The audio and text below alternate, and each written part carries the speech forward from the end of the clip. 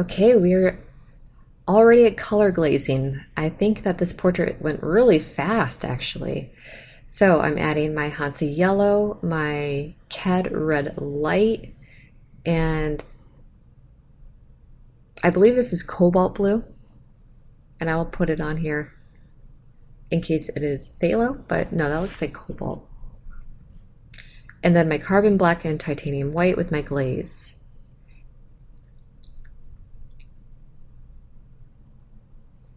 And I'm going into, this is great, right off the bat, I'm doing what I should be doing, which is to keep your paint very soft, you take your round brush, add the paint in, and then soften it out right away with your blender brush, a dry blender brush. Make sure it's not wet. And it looks like I'm not doing it anymore, but I did it for a second. Now I'm going in and adding in my warm temperatures of the skin. I'm really pushing the darkness of her shadows in her eyes. I'm adding white, so I have to keep in mind that anytime you add white, it will make your paint more opaque. So it looks like I did that to add more of the illusion of wrinkles, so that would make sense by adding white.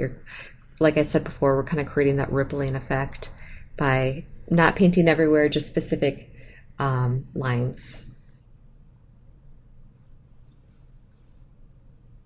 And note right there, I didn't paint the highlight area, I left it. So it's good to kind of avoid your highlight area because, especially in a piece like this, when you have so many layers, you don't want to lose it by just painting a blotch of white later. So if you can avoid doing your highlights like that and just let the layer shine through as your highlight, that will also make it look more realistic.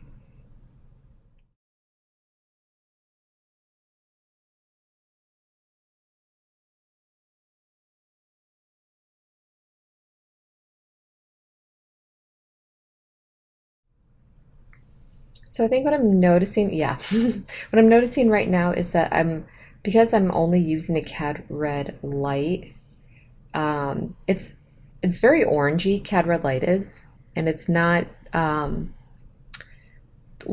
like giving me the rosy hues that I'm wanting.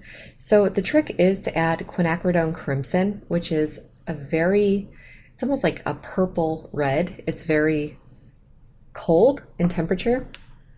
And a little bit of a trick is if you mix your Quinacridone Crimson with your Cad Red Light, you get these very beautiful rosy colors. And the purple-ish tones of the crimson, Quinacridone Crimson, really makes it appear like, I think it makes your portraits look a little bit more realistic because if you're thinking about how your blood vessels look in a way, with the blues and the reds kind of mixing together, you're going to get these violet hues. So I think it's really important to always think about violet, purple, whatever you want to call it, those kind of hues. Before you finish your painting, think about if you've added violet into your piece and where would be a good place for that. And it would usually be in the shadow side of a rosy place of the face. So what I mean by that is, like, let me see my own face right now. Okay, so here's like the shadow side, highlight side. So if I was painting this, then I would probably put purpley hues right here on the shadow side where it's very bluish down at the chin, but it's a little bit rosy here anyhow. So we would kind of create some purplish hues here and even in the lips. It kind of even looks like it right now. You could see in the screen, but anyhow.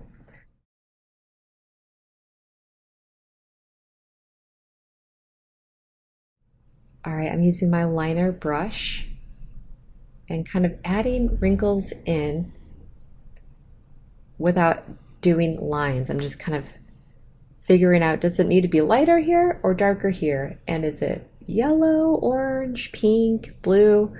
And you just kind of add that right in on top. The great thing about this is look at all of those transparent layers together. Don't they look amazing? You can see all the way down to the original grayscale grisaille. It's starting to look like it's coming to life. So fun to like watch the process.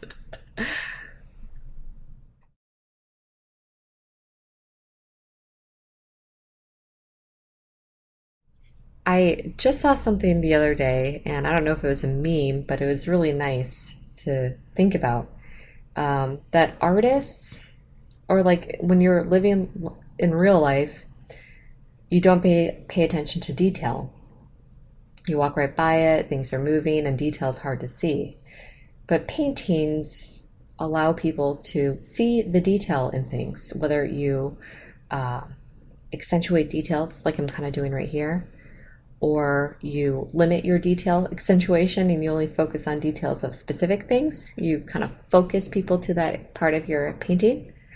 Um, but I mean, isn't it so true to life anyhow? When you are so busy with the day to day, you kind of lose sight of the details in your own life or of your own day. Like when you look back on your week, you're like, I can't even remember what I ate for dinner. Like I actually can't, but like last night. But isn't that kind of sad too? It's like these things that we should be appreciating about our lives and everything. Um, Things that make us happy, like for me, eating definitely makes me happy.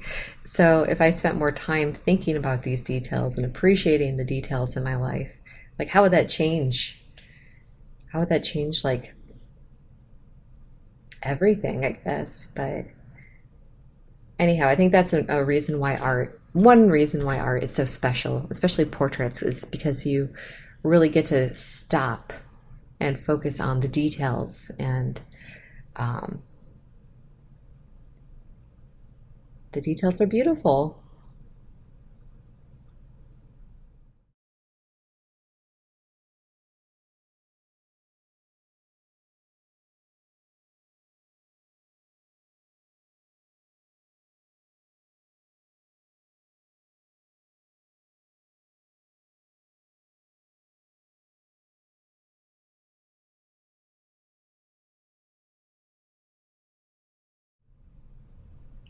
Okay, so this is interesting.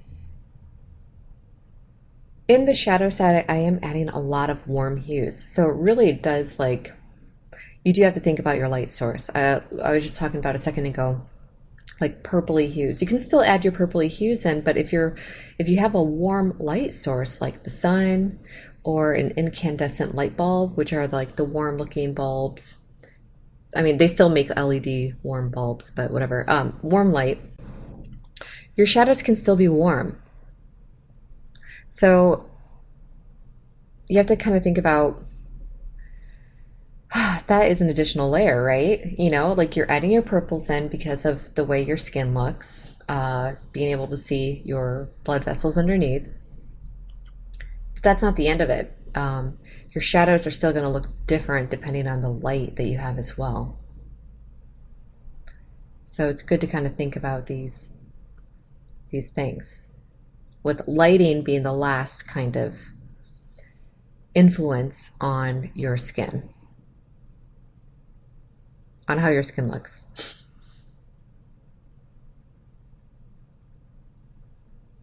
Okay, so we are wrapping this one up. I felt like that one went by really fast. It was 10 minutes. It's crazy. Okay, so I'm finishing up here.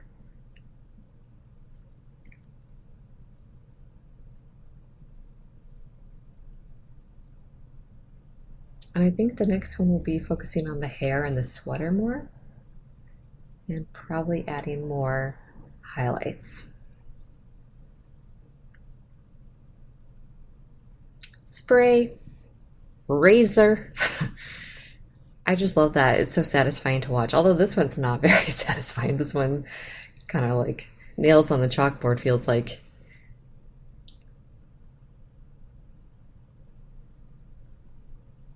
Okay, get that.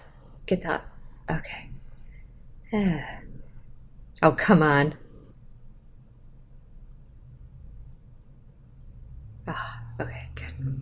See you in the next video.